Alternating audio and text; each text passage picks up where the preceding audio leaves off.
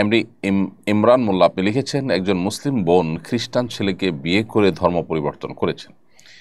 এখন তিনি 5 মাসের অন্তঃসত্ত্বা। তিনি ভুল বুঝতে পেরে ইসলামে ফিরতে চান, কিন্তু ভাবেন এতে স্বামীর সাথে প্রতারণা হবে, আর আল্লাহ শিরক মাফ করেন, প্রতারণা নয়। তার বিশ্বাস মন ভাঙা মানে মসজিদ ভাঙা সমান। তিনি কি করবেন? তার ফিরে আসা এবং ভবিষ্যৎ সম্পর্কে পরামর্শ দিন।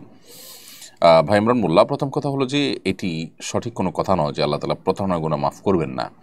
আল্লাহ তাআলা সকল গুনাহই মাফ করবেন। মৃত্যুর আগে মানুষ যে কোনো গুনাহ থেকে তওবা করবে, আল্লাহ তাআলা তার সবগুলোকেই ক্ষমা করবেন।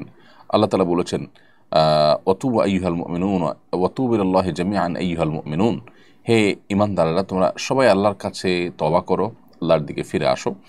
আল্লাহ বলেছেন, ইন্নাল্লাহা ইয়াগফিরুয যুনুবা জামিআ, আল্লাহ সকল গুনাহ মাফ করে দিবেন। অতএব প্রতারণা একটা পাপ, এমন কোনো পাপ নেই যে, এমন কোনো অপরাধ নেই যে অপরাধ করার পর প্রায়শ্চিত্ত করলে, মানুষ তওবা করলে, অনুশোচনা হলে তিনি সেখান থেকে ফিরে আসলে আল্লাহ তাআলা ক্ষমা করবেন না। সো প্রতারণার গুনাহ থেকেও তিনি আল্লাহ তাআলা মাফ করবেন, এক। দ্বিতীয়ত হলো, মানুষকে প্রতারিত করার চাইতে আল্লাহর সঙ্গে শিরকের ভয়াবহতাটা অনেক বেশি।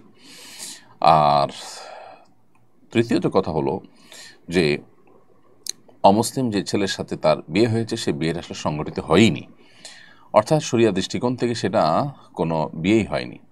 আজকাল যে সমস্ত খ্রিস্টান আছে, বেশিরভাগ খ্রিস্টানরাই আসলে না যথাযথ খ্রিস্টান এবং না তাদেরকে আহলে কিতাব বলার মতো পর্যায়ে তারা পড়ে। সো এরকম মানুষদের সাথে বিয়ে হলে সে বিয়েটাই বিশুদ্ধ হয় না। অতএব যে ব্যক্তি আপনার স্বামীই নন, যার সঙ্গে বিয়েটা আপনার বিশুদ্ধ হয়নি, সেখানে আপনার প্রতারণার প্রশ্নটাও আসে না।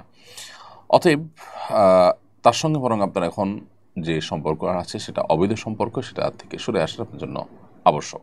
আমাদের অনেকে দিন সম্পর্কে, ইসলাম সম্পর্কে বেসিক ধারণা না থাকার কারণে এই ধরনের নানা ধরনের ধোঁয়াশাপূর্ণ বিষয় আমাদের মাথায় আসে এবং বিভ্রান্তিতে আমরা পড়ে যাই। অতএব আমরা আশা করব যে আল্লাহ তাআলা তাকে হেদায়েতের পথে ফিরে আসার তৌফিক দিবেন এবং তাকে আমরা আহ্বান করবো ইসলামের পথে ফিরে আসার জন্য, নাহলে অনন্তকালের জাহান্নামের যাত্রা নিশ্চিত হয়ে যেতে পারে। আল্লাহ আমাদেরকে সবাইকে হেফাজত করুন।